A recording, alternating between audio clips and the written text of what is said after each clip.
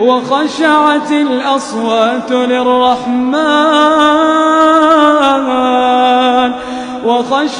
الأصوات للرحمن فلا تسمع إلا همسا. يومئذ لا تنفع الشفاعة إلا من أذن له الرحمن